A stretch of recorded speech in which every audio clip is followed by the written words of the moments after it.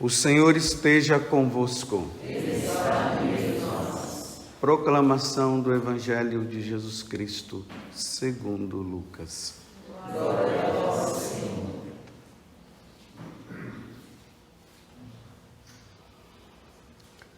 Naquele tempo, vieram algumas pessoas trazendo notícias a Jesus a respeito dos galileus que Pilatos tinha matado, misturando seu sangue com os dos sacrifícios que ofereciam.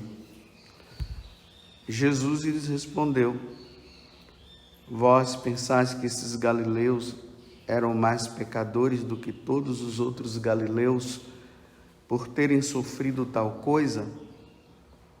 Eu vos digo que não. Mas se vós não vos converterdes, ireis morrer todos do mesmo modo. E aqueles 18 que morreram, quando a torre de Siloé caiu sobre eles, pensai que eles que eram mais culpados do que todos os outros moradores de Jerusalém? Eu vos digo que não. Mas, se não vos converterdes, ireis morrer todos do mesmo modo. E Jesus contou esta parábola. Certo homem tinha uma figueira plantada na sua vinha. Foi até ela procurar figos e não encontrou. Então disse aos vinhateiros: Já faz 3 anos que venho procurando figos nesta figueira e nada encontro. Corta, porque está ela inutilizando a terra? Ele, porém, respondeu: Senhor, deixa a figueira ainda este ano. Vou cavar em volta dela e colocar adubo. Pode ser que venha dar fruto. Se não der, então tu a cortarás. Palavra da salvação. Glória a vós, Senhor.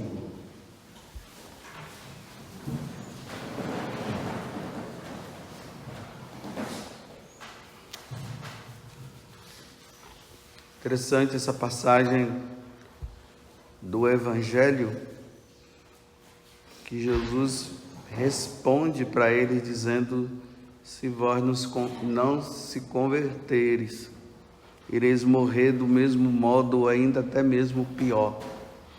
Por que Jesus está falando diante dessas notícias que chegaram, né? São fatalidades que estavam acontecendo ali em Jerusalém. É como as notícias de hoje que nós vamos ouvindo, né? Tantas fatalidades que se chegam, que nós ficamos até abismados diante de situações, e às vezes nós perguntamos, né? Mas por que isso está acontecendo? Então, por que eles estão fazendo essa comparação? E Jesus responde dessa forma: Você pensais que esses galileus eram mais pecadores do que todos os outros galileus? Por que Jesus está dizendo isso? Lá no Antigo Testamento, e até interessante que essa frase do capítulo 33 de Ezequiel, versículo 11, que está na aclamação Evangelho, ela se reporta também ao capítulo 18. Não quero a morte do pecador, diz o Senhor, mas que ele volte, se converta e tenha vida. Então, em Israel, havia um provérbio que eles se utilizavam da seguinte forma: os pais comem o fruto e os filhos é que ficam com o dente podre. Aí Deus diz assim: eu vou tirar essa história do meio de vocês. No livro de Jeremias também tem a mesma frase, né? E aí Deus vai falando que não é a questão de que do pai passa para o filho o mal, né? O mal vem do pai, e o pai que comete o pecado e o filho que vai sofrer com o pecado.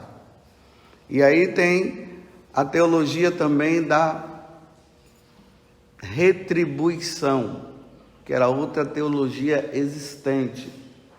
ela consistia em quê? Se acontece uma fatalidade com alguém é porque ela pecou. Se não acontece nada, então significa que ela está bem com Deus. Então as coisas eram medidas dessa forma. Por isso que no capítulo 9 do Evangelho de São João, tinha aquele homem cego. Aí os discípulos perguntam: quem pecou mais? Os seus pais ou ele? Aí Jesus disse: nem o pai, nem os pais, nem ele. Essa doença é para a glória de Deus. Então essa concepção, media-se dessa forma, que não é uma coisa tão diferente de muitas concepções existentes hoje no meio de nós. Aquela pessoa lá, aconteceu mal com ela, e alguma coisa ela fez de errado, e Deus está sentando pau agora. É aquela história de Jó. Por que os 4 amigos de Jó começaram a ficar questionando Jó e dizendo: Jó, olha, você fez alguma coisa errada para acontecer tanta fatalidade assim na sua vida? Aí Jó dizia: não fiz nada. Então ele fazia uma reflexão, ele foi se observando e ele foi vendo: não fiz nada demais, eu sempre fui fiel a Deus. Aí nós lembremos, que Satanás foi lá no dia que Deus reuniu todos os seus filhos, e Deus disse: olha, está vendo meu servo Jó? Ele é nota 10. O demônio disse: claro, O Senhor colocou também um cercado em volta dele, e ninguém pode chegar perto. Permita que eu possa fazer alguma coisa nele para você ver se ele não vai blasfemar. Aí Deus disse: tá bom, você não pode tocar na vida. E aí vieram as fatalidades. Aí Jó teve aquela grande resposta, Se Deus deu, Deus tirou, louvado seja o nome do Senhor. E ali diz que Jó não pecou. Então Jesus agora está ensinando os apóstolos: olha, não se julgue melhor do que os galileus, que o sangue foi misturado no sangue, ou que o corpo deles foi misturado com o sangue lá das ofertas, que Pilatos fez isso.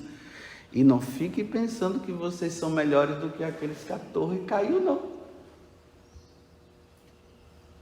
Mas se vocês não se converterem, coisas piores virão.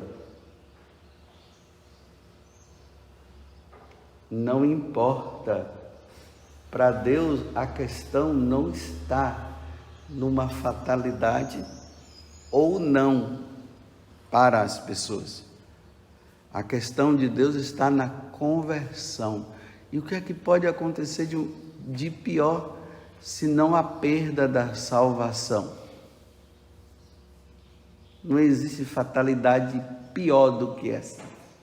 A pessoa passar a vida aqui na terra e depois não se salvar. Mas uma pessoa muito santa, pode acontecer uma fatalidade com ela? Pode, nós vemos por aí. Tanto que tem pessoas que questionam: mas aquela pessoa era muito santa, como é que pode ter acontecido uma coisa dessa, tá vendo? Como se dissesse assim: quem não leva uma vida santa, que deveria acontecer? Então nós não podemos julgar uma fatalidade e dizer: aquela fatalidade, ela aconteceu porque aquela pessoa não está bem com Deus. São João Paulo II, que nós celebramos esses dias.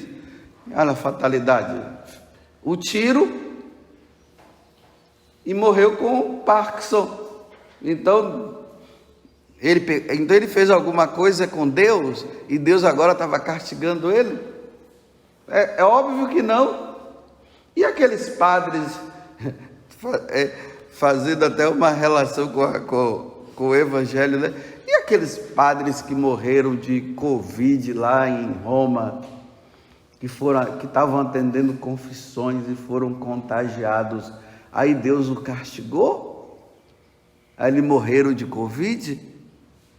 E São Luís Gonzaga, que morreu também cuidando dos pestilentos e ele acabou pegando a peste e morreu. Tudo santo. Era para eles cuidarem dos pestilentos e não pegar a peste. Teve pessoas naquele tempo com coração ruim, que não queriam saber de Deus e não pegou não. A peste não pegou não. Tem pessoas aí más, ruins, que morrem assim, ó. E tem aqueles que estão servindo a Deus e morrem na desgraça. A questão é depois. É o julgamento que virá depois. Porque aquela pessoa que morreu numa grande fatalidade, ela tinha um coração convertido. Ela vivia santamente. Aí entra o livro da sabedoria lá no capítulo 2, né?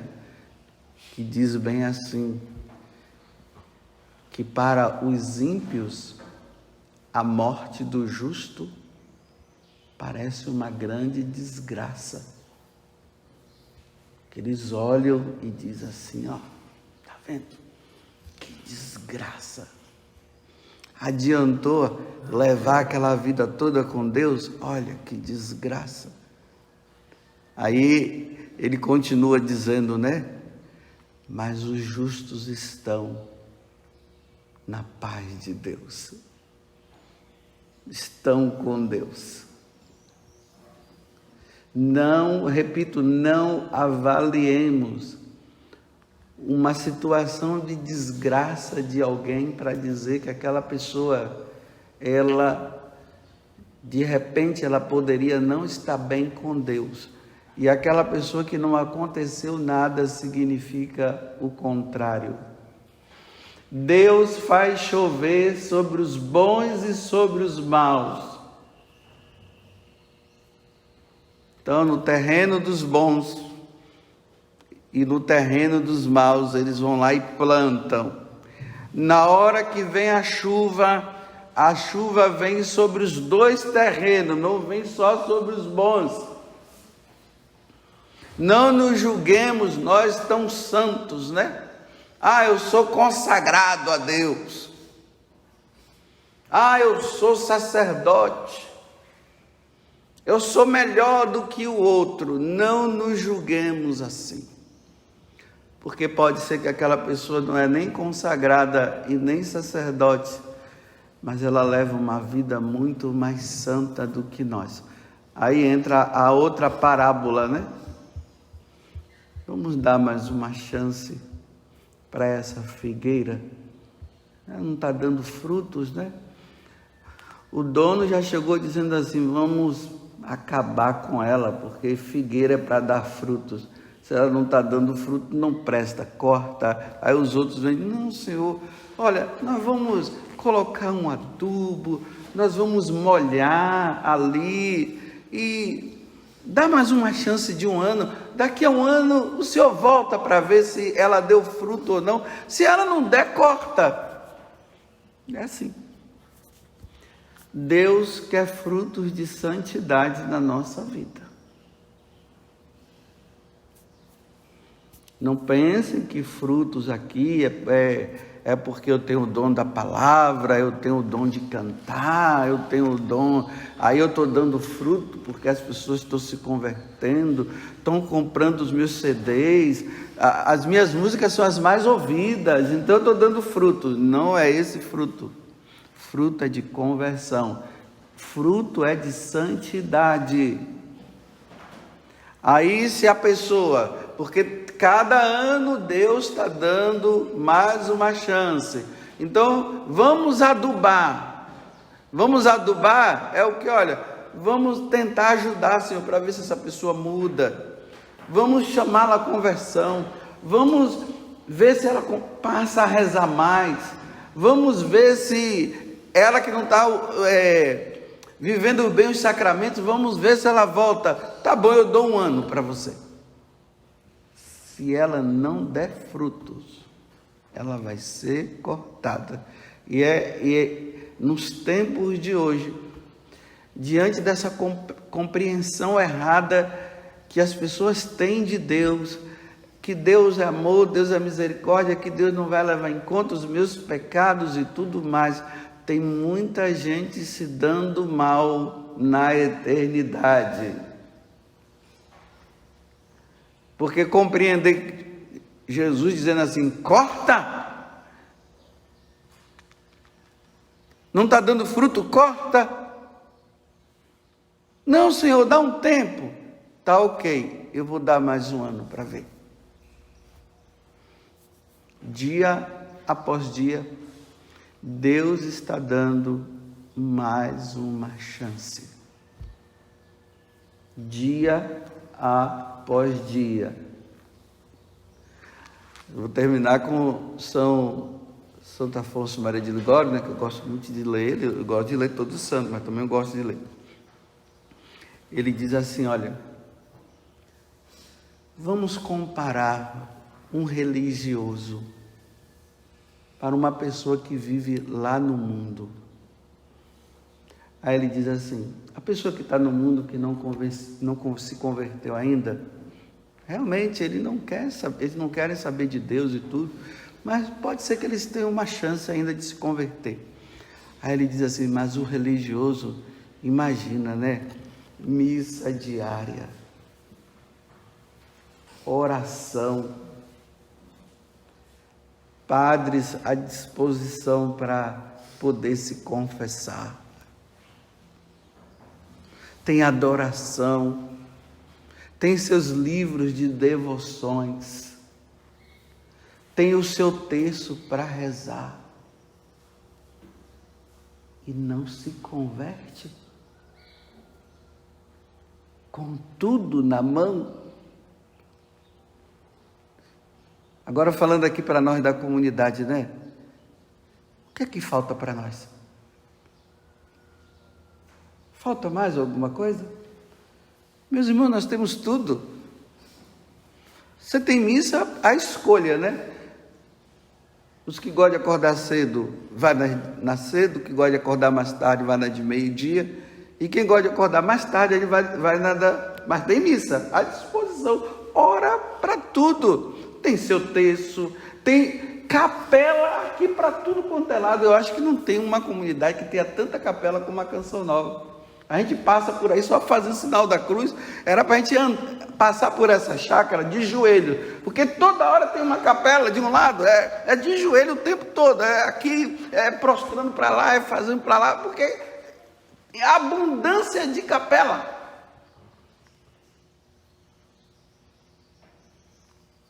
O que você quer mais e eu também? E não se converte. E essa vida errada, num solo que nós dizemos que é um solo eucarístico, né? Canção Nova, um solo eucarístico. Mas por que você não reza então, se é um solo eucarístico? Olha, se é um solo eucarístico, sabe o que significa? É assim, a Eucaristia é o solo. Nós andamos em cima da Eucaristia, assim, ó. É Jesus, olha, é um pão consagrado do tamanho dessa chácara. Aí nós andamos em cima, solo eucarístico. Não era para a gente andar, era para andar assim, olha, prostrado, tudo assim deitado no chão, só olhando para baixo e de joelhos. E quem andasse a pé ia dizer, nossa, você não tem devoção? É Jesus que está aqui. Temos tudo. Só vamos nos perder se nós quisermos. É o que Santo Afonso fala. Será que hoje é mais uma chance que Deus está dando? E nós temos uma vantagem, né? Eu não sei porque demora para morrer gente aqui dentro, né? Será que Deus está sempre dando mais uma chance para nós, por isso que não morre?